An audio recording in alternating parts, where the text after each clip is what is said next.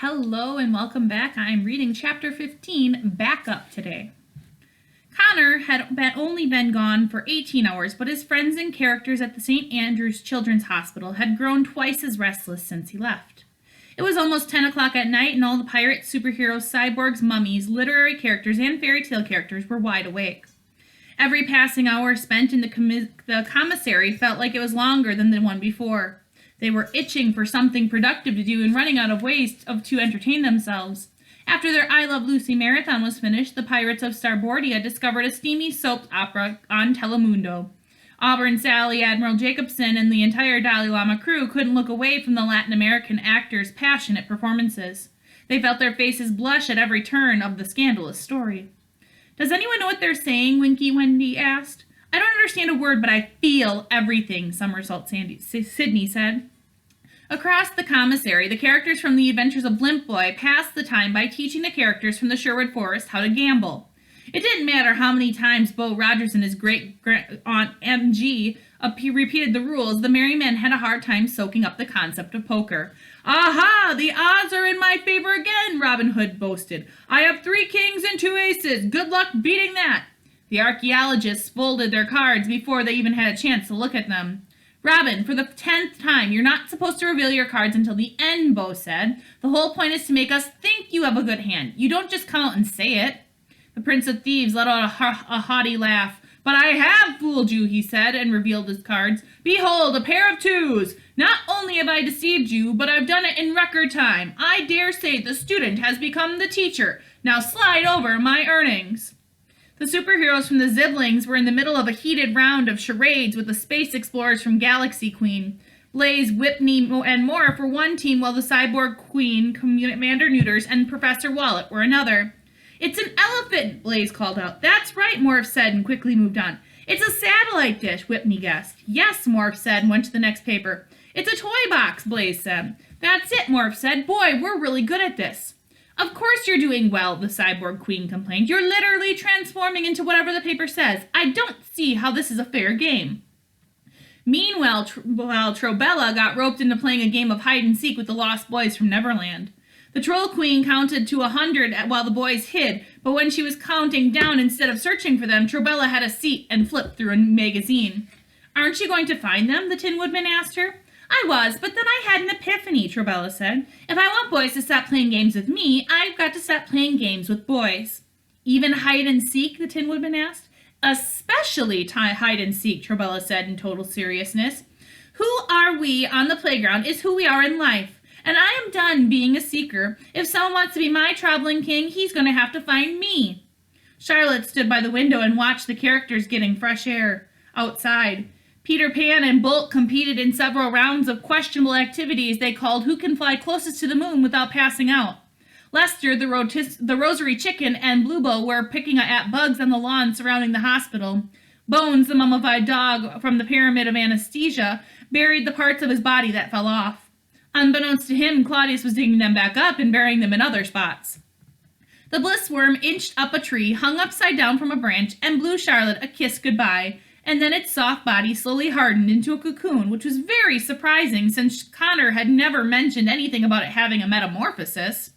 The space worm even placed a "Do Not Disturb" sign on the corner of its chrysalis. Although there were plenty to distract her, nothing could take Charlotte's mind off her children.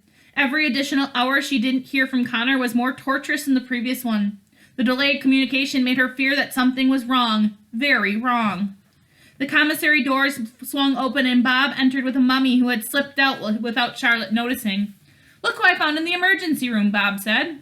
The mummy had 2 large burn marks on the wraps covering his heart. "What happened to his chest?" Charlotte asked.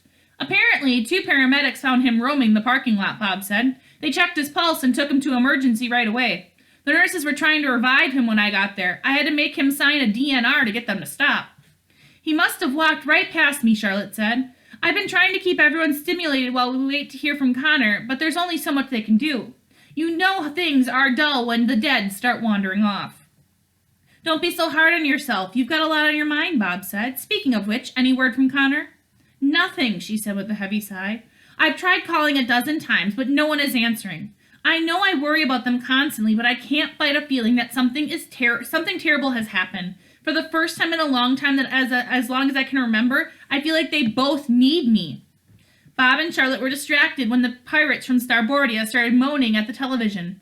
What's going on? Charlotte asked. Some lady came on the screen and interrupted our show, Fish Lips Lucy grumbled, and Maria was just about to catch Jose being unfaithful. Bob and Charlotte glanced at the screen to see what they were talking about. President of the United States, Catherine Walker, was sitting at her desk in the Oval Office about to give a national address.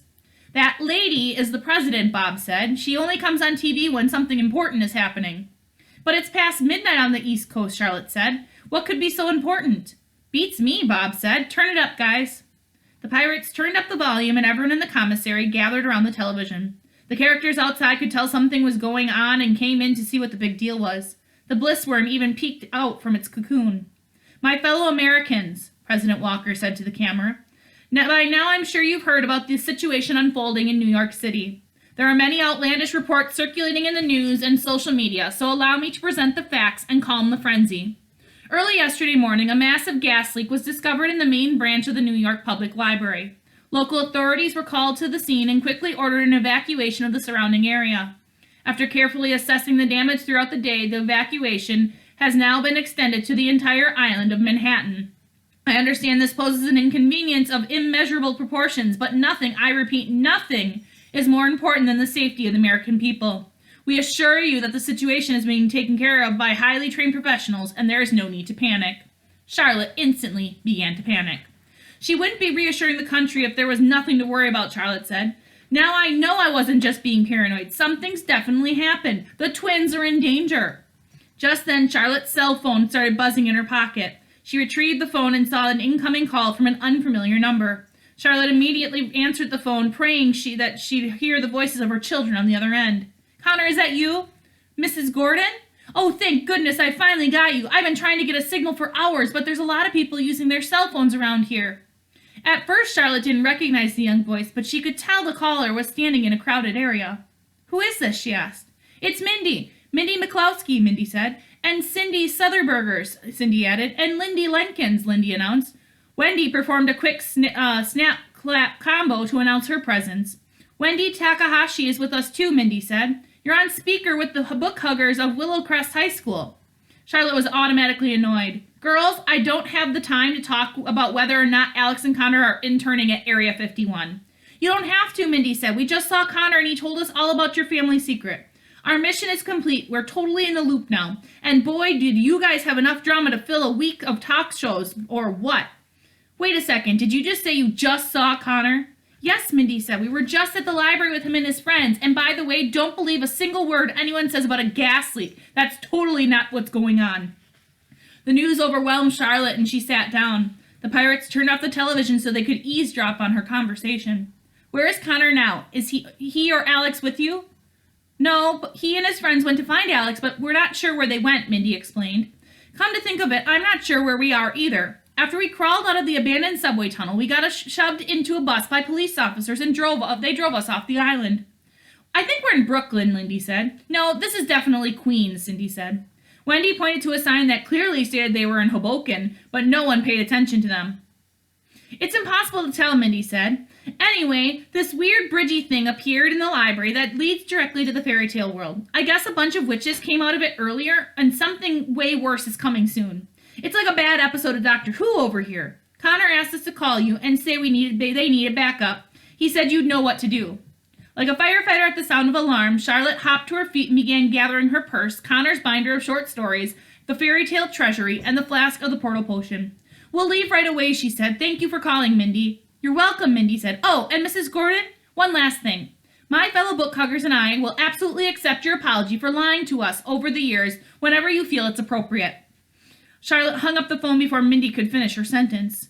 She turned back to the others and saw that they were gathered right behind her, desperate to know the details of her call. Well, the Tin Woodman said.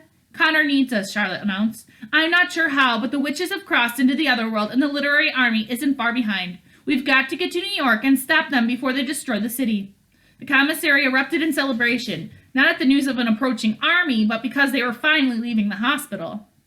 How are we going to get there, Bob asked. I've got some frequent flyer miles, but not enough for all of us. We don't have to worry about transportation, silly, Bolt said. The Ziblings have a jet.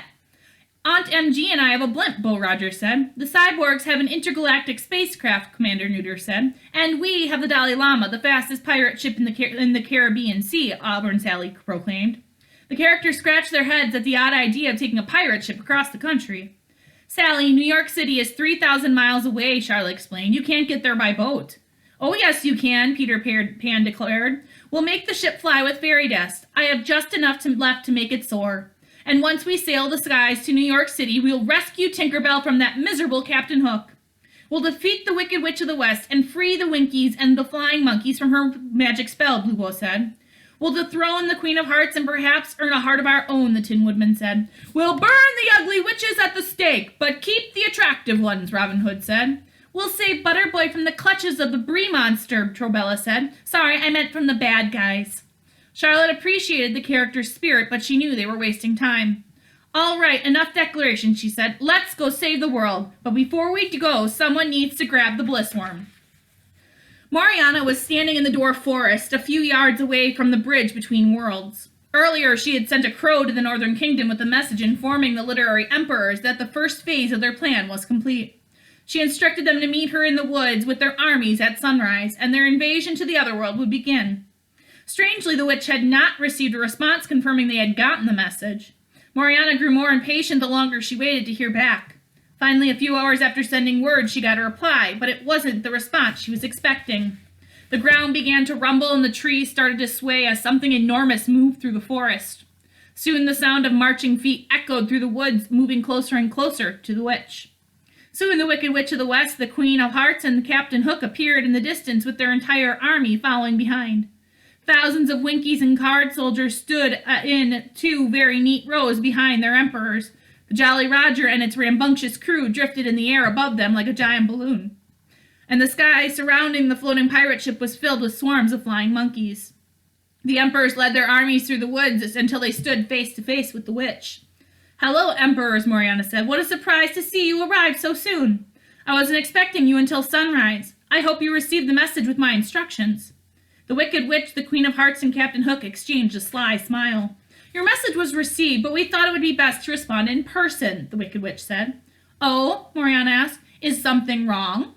Not at all, Captain Hook said. We were very pleased to hear that the witches have successfully crossed into the otherworld. However, there's been a change of plans. Instead of waiting for the witches to weaken the otherworld's defenses, we've decided to enter the otherworld now and take it by surprise. Morina was infuriated that they had altered the agenda without consulting her first. She was so enraged her eyes turned red and her veins visibly blackened. Still, the witch tried to stay as calm as possible, knowing the emperors wouldn't respond to anger. My lords, I understand you are eager to invade, but I beg you to follow the plan I've created, she said. If we cross into the otherworld before the witches are exterminated, you'll be battling the witches and the otherworld's armies. I think we can handle a gaggle of witches, the Wicked Witch cackled. Certainly, Morina said, but as I first explained, it'll be much easier to secure domination if we wait for the witches to perish and... No more waiting, the Queen of Hearts roared. We want to conquer the otherworld, and we want to conquer it now. Step aside, or you'll be the first casualty of the night. Morina knew it was useless to reason with them. The emperors were like toddlers waiting to play with a new toy. As much as she wanted to stop them, she wasn't powerful enough to take on the literary army by herself. She reluctantly stepped out of the way and allowed the Wicked Witch, the Queen of Hearts, Captain Hook, and their army to march toward the bridge. The emperors were making a catastrophic mistake by entering the otherworld early. However, Morina knew her plan wasn't doomed to fail just yet. There was still someone in the equation who was powerful enough to take on an army, several armies, if they were directed properly. So the witch remained quiet as a new strategy unfolded. If she could just get to Alex before the witches were slain, there was still a chance Morina could succeed. The next chapter is called Tears of Medusa. I'll see you guys then.